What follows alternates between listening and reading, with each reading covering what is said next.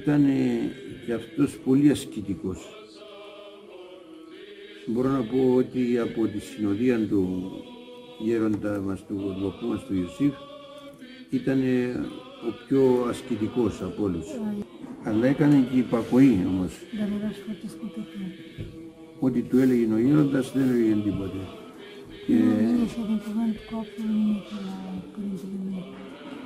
Και προσπαθούσε να αναπαύσει και τον γέροντα και τους αδερφούς, γινόταν θυσία. Να σας πω μόνο ένα παράδειγμα, ότι μια φορά ήρθε ένα καράβι και έφερε κάτω στη θάλασσα ένα βαρέλι λάδι.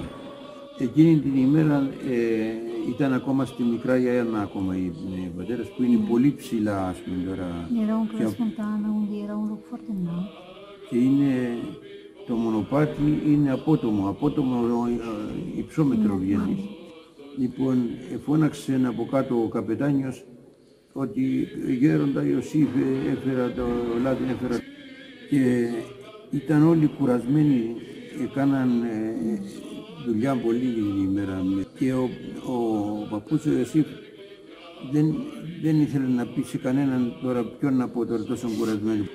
Όμως μπήκε στο λογισμό του ο γέροντα Παπαχαρά, πως κατάλαβε ότι θέλει κάποιος να πάει και του λέει, γέροντα, θες να πάω να φέρω το βαρέλι? Και του λέει ο παππούς, του λέει, να πας παιδί μου, του λέει, και με την ευχή μου θα το φέρεις. Έτρεξε, αμέσως κατέβηκε κάτω στη θάλασσα, βρήκε το βαρέλι και πήρε και ένα σκοινί, το έδωσε να το πάρει στην πλάτη, αλλά ήταν πολύ βαρύ, ήταν κάπου 70-80 κιλά. Όταν πήγε να το σηκώσει, δυσκολεύτηκε. Και τότε σκέφτηκε ότι που είπε ο γέροντας πήγαινε και θα το έβαλε το σταυρό του και λέει, διευχόν του γέροντά μου, βοήθησε με Χριστό. Άρχισε να περπατάει βήμα-βήμα, δυσκολευόταν, δεν μπορούσε να περπατήσει από το βάρος. Όμως έλεγε συνέχεια την ευχή, Κύριε Ιησού Χριστέ. Και λέει, σαν περπατούσε, σιγά σιγά ελάφρωνε. Από 70 κιλά που ήταν, αισθανόταν ότι είναι 60, 40, 20, 10, στο τέλος σαν να μην κρατούσε ένα φτερό στην πλάτη. Λοιπόν, και δεν άργησε εκεί που έπρεπε να κάνει πάνω από 2 ώρες να πάει, σε μισή ώρα πήγε στο καλύβι. Πήγαινε, το κατέβασε και πήγε στο γέροντα, του λέει, το γέροντα του παππού του Ιωσήφ, γέροντα, του λέει, ήρθα, του λέει, με την ευχή σου. Όταν τον είδε ο παππούς ο Ιωσήφ, τον έβαλε στην αγκαλιά του, συγκινήθηκε και του είπε, παιδί μου, εσύ, του λέει, θα προκόψεις, του λέει. Αλλά, του λέει, έλα, του λέει, να σου δείξουμε στο δωμάτιο, του λέει. Τον παίρνει μέσα στο κελάκι του ο Άγιος Ιωσήφ και του δείχνει κάτω, ήταν βρεγμένο το έδαφος. Βλέπεις, του λέει, εδώ κάτω τι είναι αυτό? Τι είναι, γέροντα, νερό είναι? Όχι, δεν είναι νερό, του λέει.